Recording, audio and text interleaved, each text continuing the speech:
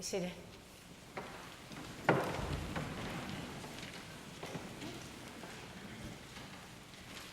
From 1970 to 1973, in a follow-up to The Twilight Zone, Rod Serling hosted a series on NBC known as Night Gallery. Each week, with words something like the ones I'll tell you, Serling invited television viewers on an after-hours tour of a most unusual, if not spooky, art gallery. Not because it was dark and shadowy, which it was, but because it housed a very strange collection of canvases. He started each episode something like this. I'll try to do my best to give you a good Rod Serling voice. Welcome to a private showing of 3 paintings displayed here for the first time. Each is a collector's item in its own way, not because of any special artistic quality, but because each captures on a canvas, suspends in time and space, a frozen moment of a nightmare. To the connoisseurs amongst you, those tasteful few who take their art seriously, we acknowledge with no apologies that you won't find the works of the masters here. Because in this particular salon, we choose our paintings with an eye more towards terror than technique. Ladies and gentlemen, welcome to the Night Gallery. Each episode was an anthology of intriguing stories of the bizarre, the dark, the mysterious, the supernatural that lie behind the paintings in this peculiar place. Serling would unveil a featured piece of artwork, perhaps something like this one, with an introduction of something like our initial offering, a simple item of brick and mortar, a painting we call the Merciful. And then as the viewer contemplated the artwork, the story behind it was enacted. The episode that featured this particular painting, The Merciful, aired on September 22nd, 1971. It was based on a short story of the same name, and it starred Imogene Coca and King Donovan. The painting is dark and very simple. A faceless old woman is sitting near a brick wall with an opening in the bottom. It looks a lot like she's sitting in a fireplace. The scene is actually the basement of an elderly couple's home. And as the story opens, the husband and wife are down there in the basement together. The man, it seems, is terminally ill. He's sitting in a rocking chair while the woman, believe it or not, is constructing a brick wall between them. She's sealing her husband off in the basement. And with every brick she lays, she tries to convince him that this is okay. You understand why I'm doing this, don't you? It's for your own good, you know, she says, as the wall gets taller and the opening gets smaller. I wouldn't do it if it weren't for your own good. It's really much better this way, she says as she lays yet another brick. Just a few more rows and it will all be over. Remember, we agreed this was best. And as the woman keeps talking and bricking, the two of them are more and more cut off from each other. Here is another piece of artwork for your viewing pleasure. This one doesn't hang in the Night Gallery. This piece actually can be found in the Getty Museum. Heinrich Aldegraver created it in 1552 using pen and brown ink. The name of this piece is Lazarus Begging for Crumbs from the Dives' Table. Dives is Latin for rich man. The story behind this piece, of course, is the parable of the rich man and Lazarus as told by Jesus in the Gospel of Luke.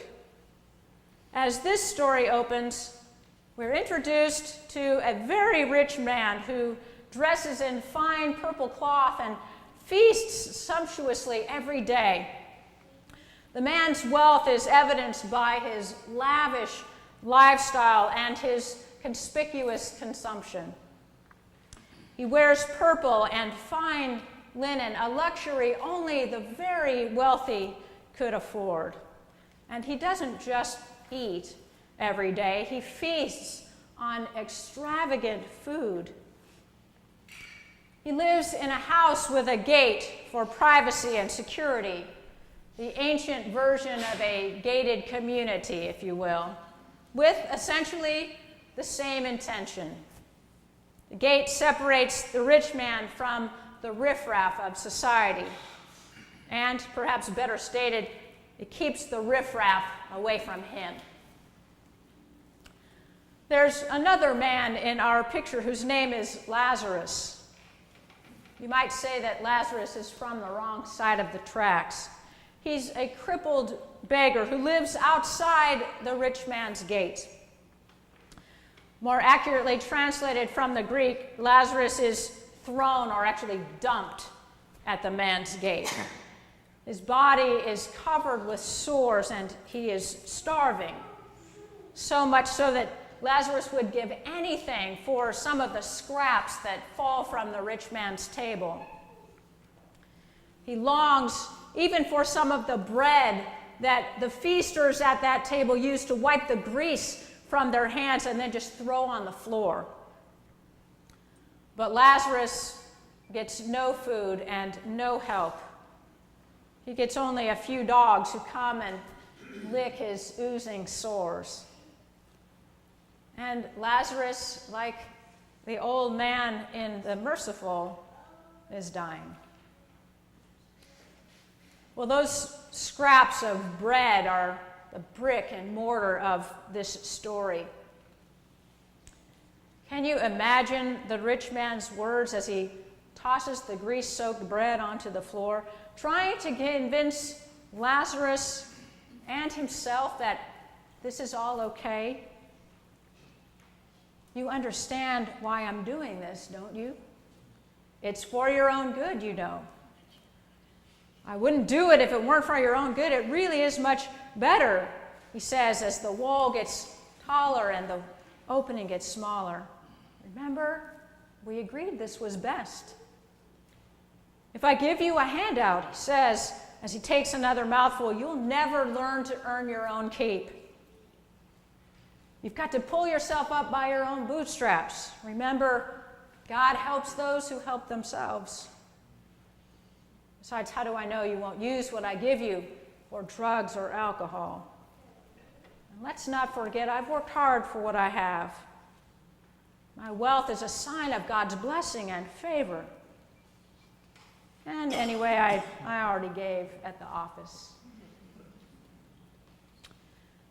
A rich man is not at all merciful, and with every word, every mouthful, every sip of expensive wine, every new designer outfit, another brick is laid between him and Lazarus.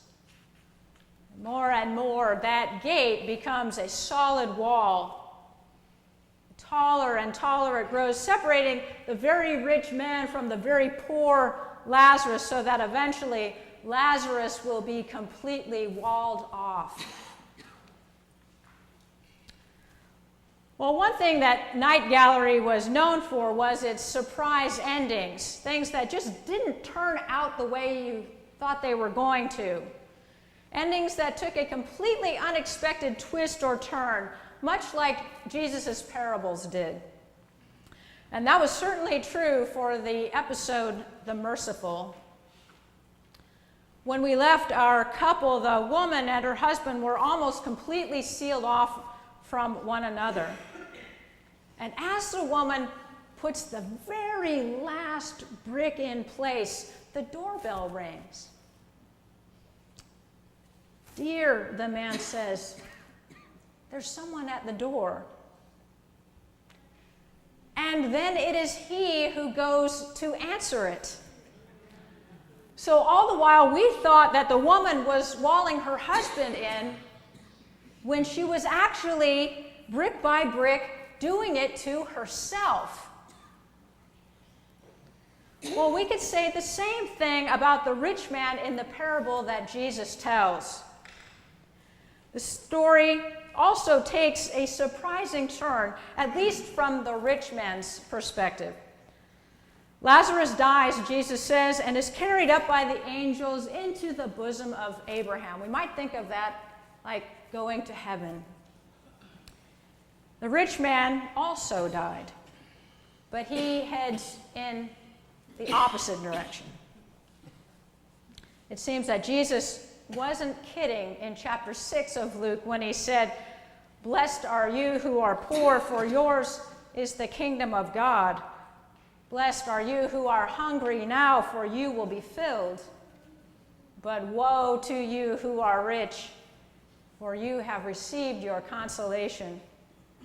Woe to you who are full now, for you will be hungry." But the rich man is caught completely by surprise. As he's being tormented in Hades, he looks up and he sees Lazarus sitting with Abraham in heaven. "Father Abraham," he calls out, "have mercy on me." How ironic is it that he asks for mercy? "I am in torment down here. Send my old friend Lazarus down with a drop or two of water for me, would you please?" But unfortunately for the rich man, who, by the way, is no longer rich, as Paul says to Timothy, you can't take it with you. That is not possible. Talk about a frozen moment in a nightmare. "So sorry," Abraham says, "but there is a huge chasm set between us so that no one can go from us to you even if we wanted to, nor can anyone cross over from you to us. It was once a chasm of apathy and indifference and selfishness. Now we might say that that chasm is a brick wall. And who did it? Who built it? The rich man did. He laid every single solitary brick. It seems that when he was building that wall between himself and poor man Lazarus to keep Lazarus out, he was on the wrong side of the basement. And with every brick he stacked, he was not only cutting himself off from Lazarus, he was cutting himself off from God. So when the angels rang the doorbell, guess who got up to answer the door? Lazarus did. Surprise. Now, of course, this is not at all intended to be a surprise ending, and it isn't really. The man formerly known as rich really should have seen this coming. Ours is a God who declares his power in showing mercy and pity.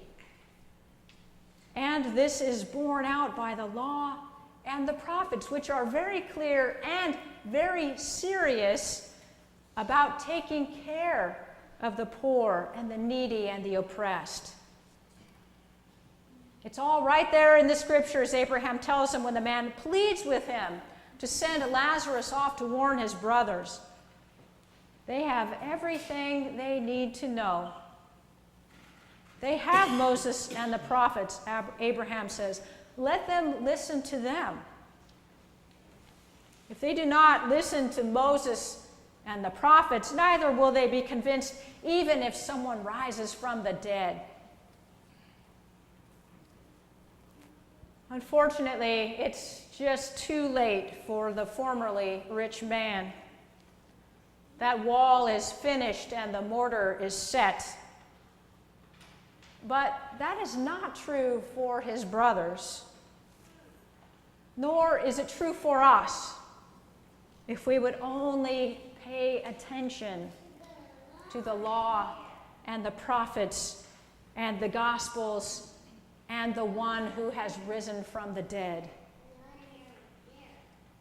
We are still able to choose whether we will build the wall up or tear it down, whether we will be a people of compassion and mercy or of privilege and possessions. The only question that remains for us is when the angels come and ring our doorbell, will we be able to get to the door to answer it?